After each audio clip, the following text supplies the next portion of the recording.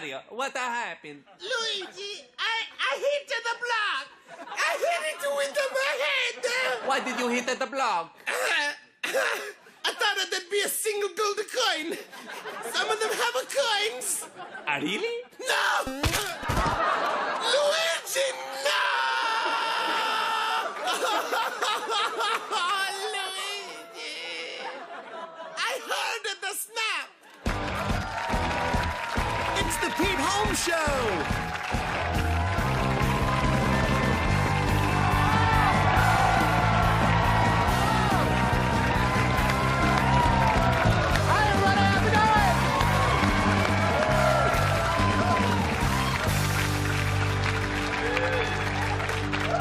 Thank you so much, everybody. Welcome to the Pete Holmes Show. So I'll say this up top. I'm a big movie guy. Movie fans in the house? You guys like those multi-million-dollar mass pieces of entertainment? Me too. Love actors. We all love actors, but I was thinking about actors. If you really look at what an actor does, their job is kind of nuts. Have you ever thought about that? It's a little bit crazy. I've done a little bit of acting myself, but I don't consider myself like a real actor. I'm talking about real actors. And I've been in scenes with real actors, and we're waiting to get started in front of the cameras. They can come on and be real casual, just like, oh, yeah, got myself a Mini Winnie. It's a little camper. It's a little camper, just big enough for me and the wife. It's going to be great. It's not too big, a little kitchen. Got a little kitchen in the Mini Winnie. I love it. It's really, really great. I'm really excited. I think we're going to tour the Dakotas. The Dakotas. It's going to be great. And they'll be like, action. And he'll be like, excuse me 1 second. I never touched her! I never laid a finger on her! Cut! Yeah, it's a good size. It's enough of a vehicle for me. That's crazy. But because it's an actor, we love it. It's okay. If somebody in your office could start fake crying on a dime, pretending they care about something and totally look like they care about it when they don't, just like, Dan, what's wrong? Did somebody die? No, it's just my thing. It's my special talent. You'd be like, Dan, that guy's a sociopath, call the cops. But when it's Clooney, we can't wait to shower that sociopath with cash, awards, and our finest legal women. But I guess what I find disturbing about actors is what I find disturbing about life, is that we all need to act sometimes. We just call it being polite. But we're all acting. Acting. All day acting. No one pays us for it. We don't get paid. We just do it to fit in. People are like, hey, great to meet you, Tim. Great to meet you. Is it? That's acting. Because you can't be honest. You can't be like, I could do without you, Tim. You'd be an asshole. Fake laughing, that's another necessary type of acting we all do, and I get it. Sometimes somebody tells a bad joke, you can't just be like a robot person, just like, yes. I've assessed the content of your musings and deem it humorless. Off, small wonder. We're humans, and today you're playing the part of a human who thinks her dentist is hilarious. Let's take it again. I do fake laughs sometimes. I don't want to, but it's a necessary part of adult life. Like I was getting a drink with a girl I used to know in college. You know, we used to throw the frizz around. Throw it the cool way. I don't know if you've ever been having a drink with someone you used to know in college, someone that you used to toss. Somebody that you just, you know, is a strictly frizz-tossing relationship. And you see her 15 years later, and you're like 10 minutes into the conversation, you're just like, oh, no. Whatever this was, it was frizz-tossing. Whatever this was, it's not there anymore. Conversationally, we can't toss the frizz. But you're stuck. You can't just be, like sometimes I want to be like, goodbye. You can't. Goodbye. Wouldn't that be great? I'm done. Just walk out of the conversation. You have to stay. And I could tell she was trying to be funny. She wasn't being funny, but I could tell just by her cadence she was trying to be funny, because she'd be like, hey, yeah,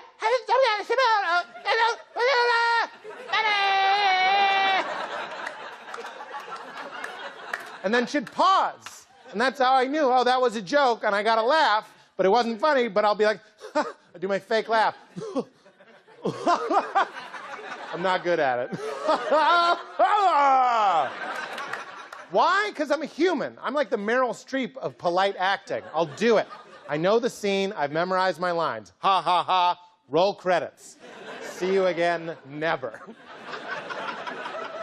And I'd like to say right up here, I realize I'm making fun of myself with this whole thing, making fun of actors, making fun of performers. I'm a stand-up. That's as bad as it gets. There's a whole world up here. But I'm so much of a narcissist, I have to play all of the characters. I come up here and act like I'm just thinking of things that I wrote alone in a room, talking to myself. And I write sketches, too. That's f***ing nuts. Alone with a computer just going, and then this guy I imagine comes in and there's another guy I imagine in a coffee shop that I imagine. Somebody lights a cigarette, he says this, he exits, that's a f***ing control freak, exit Jim. Then we hear Jethro Tull as the credits roll, lunatic. I can't criticize actors, what I'm doing right now, this monologue alone. I was at the dentist, I played a robot, I even played an actor. That's not normal behavior, like, what's up with actors pretending to be other people? What do you mean, Pete? You just pretended to be a guy asking about actors pretending to be other people. Ah! So here's my point.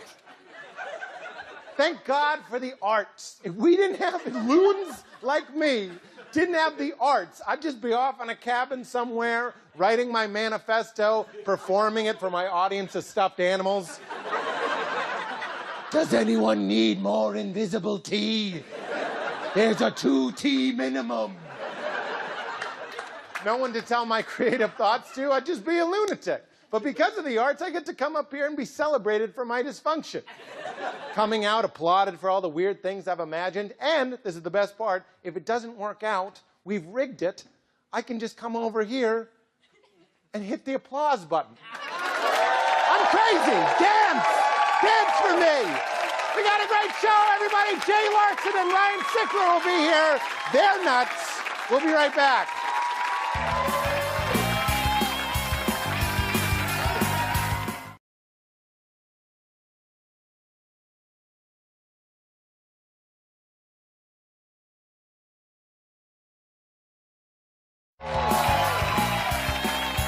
Welcome back, everybody.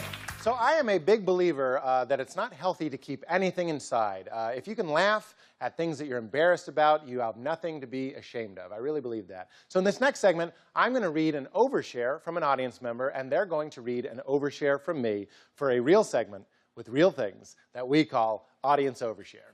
We're sharing. Let's welcome our first audience oversharer. This is Brooke Citron. Everybody, Brooke. Hi, Brooke. Hello. How are you? Nice to meet you. I'm great. Nice to meet you. You are great. Do you get a lot of, like, Citron vodka? I do. I do. A lot of, I always say Citron like the vodka. Yeah. I haven't heard that a million times. Yeah.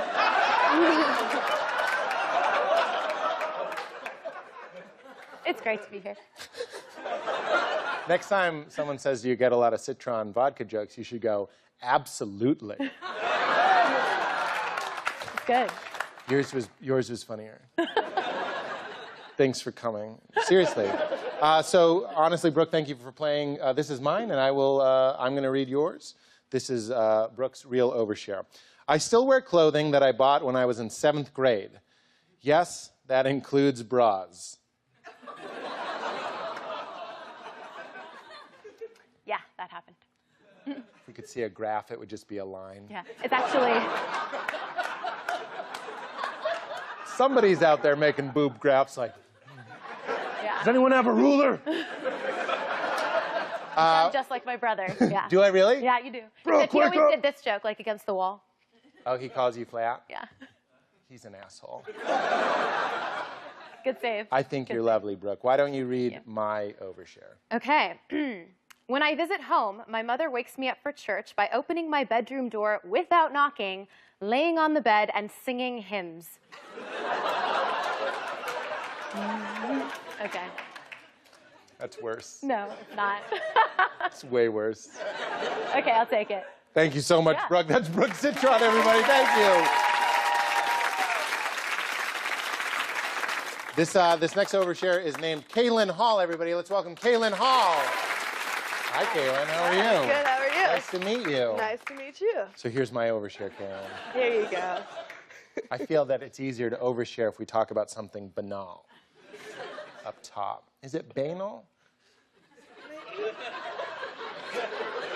This is Kaylin's overshare, everybody. One time at a Halloween maze, I punched a small child in the face because he jumped out at me dressed as an evil clown.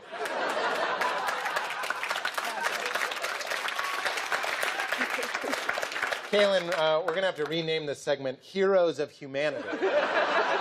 Because that demon child, you don't know what's coming at you. I didn't. Because if there was a place like a real demon were to go to be like, sweet pickums, it would be like a Halloween-themed maze. Yes. You did the right thing. Thank you. Thank you. So why don't you read mine? When I was little, I was always filling my own butt. Like in class, I couldn't stop filling my own butt. It's like a lava lamp in my pants. Well, I understand. Thank you so much. Really appreciate it, Kaylin. Nice to meet you. She'll punch you. She'll punch you in the face. I feel my butt. She'll punch you in the face. And we have one more. This is Jill Haberkern. You got it. Haberkern. Jill Haberkern, everybody. Our third audience overshare. Hello, Jill. Nice to meet you. Nice to meet you. Yeah, how's it going? Good. I'm impressed at the pronunciation of my last name. Pretty good. Haberkern. You got it. It kind of sounds like a medieval village. I bet you got a crest you don't know about. Maybe I have power I don't know about. You could also, yeah, we're all secretly, every American, secretly waiting for someone with a cloak to be like, your family is special. That's why we love, like, Jason Bourne. Like, I don't want to learn Kung Fu. I want to be told I just forgot that I already know. Yeah. Exactly. You know what I mean? Takes all the work out of it. That's right. Jill Haberkern, this is my overshare, and I will read yours. Thank you very much. Jill here's her overshare. When I was a kid, my dad used to make my siblings and I salute a painting of John Wayne before we started our day.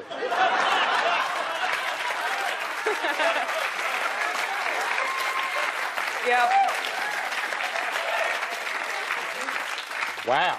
Yeah. I wish it wasn't true, but It's completely true. yes. You can feel the truth. Oh, yeah. Who would make that up? Not a Haberkern. He's gonna be so mad. Nah, what's he gonna do? Shoot us? Why don't you read mine? All right. I'm monogamous with my pornography. Pete. True, Jill.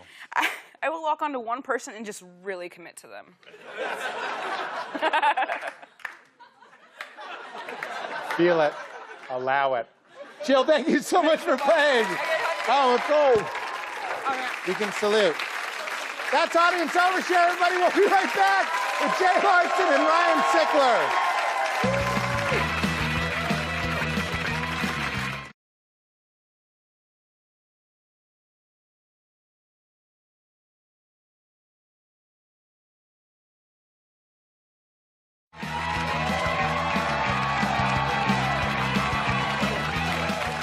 Welcome back, everybody.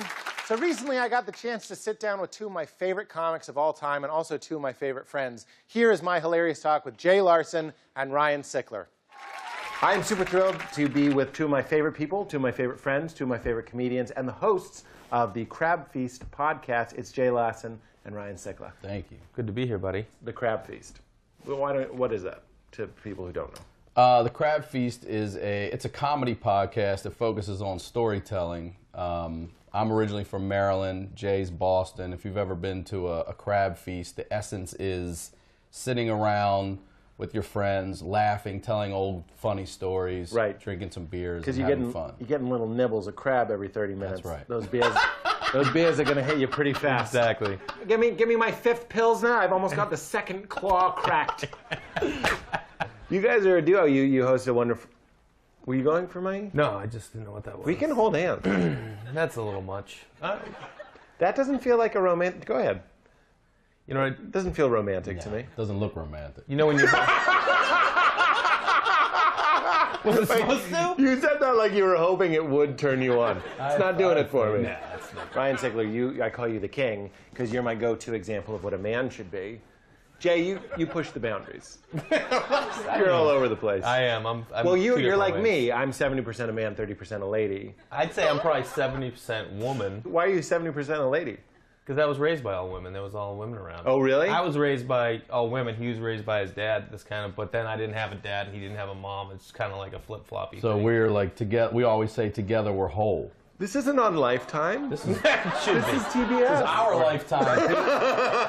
My dad was just a dad. Like, you know, for a while, there's 3 boys. He's a single dad. He's raising all of us. He's working doubles. He doesn't have time. Like, part of life you're going to have to learn on your own. You're not going to be able to be walked through every moment of your life. It's like the opposite of what my mother said. She's like, I'll always be here to walk you through every moment. Our house was 4 guys, so I have 2 brothers, my dad, and we had a 1-bathroom. And my dad was just, he had an artful way of teaching you a valuable lesson while humiliating you at the same time. And there was one night where I was in the shower and I was laying down, giving myself what I thought was a solid lovemaking session.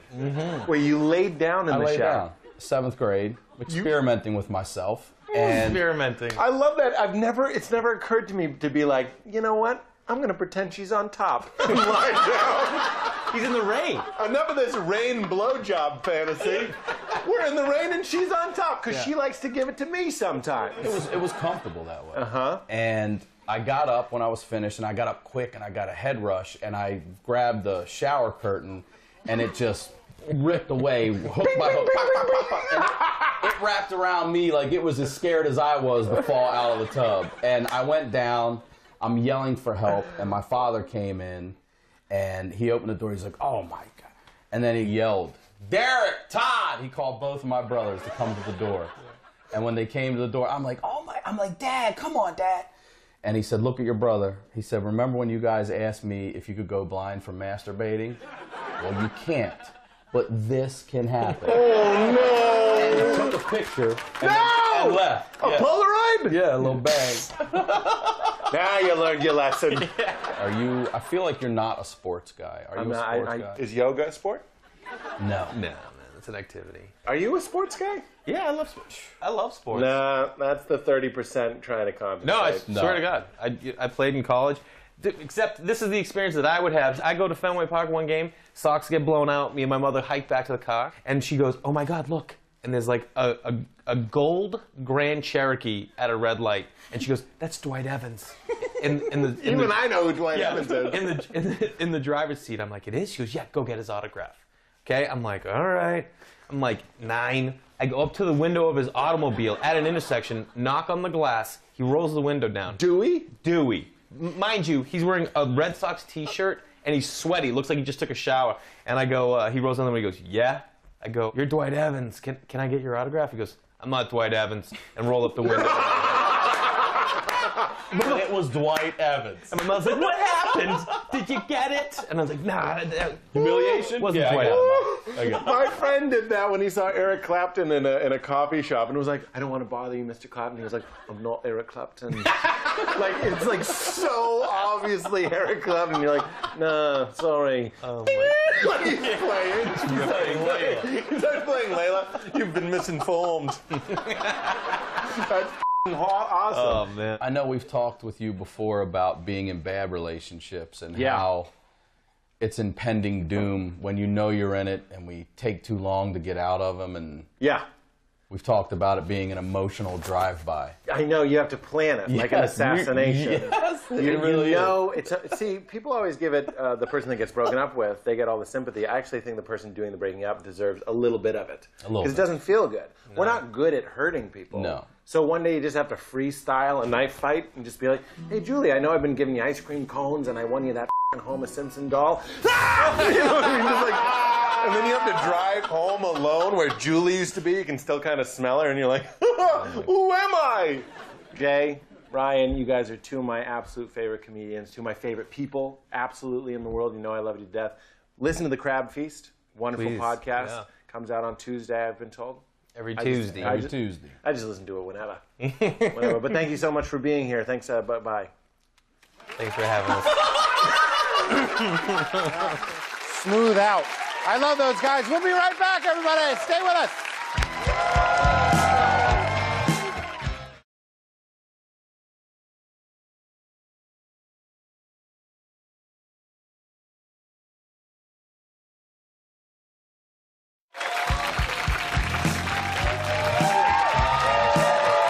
That's our show. Thanks again to Jay Lawson and Ryan Sickler. Good night, everybody.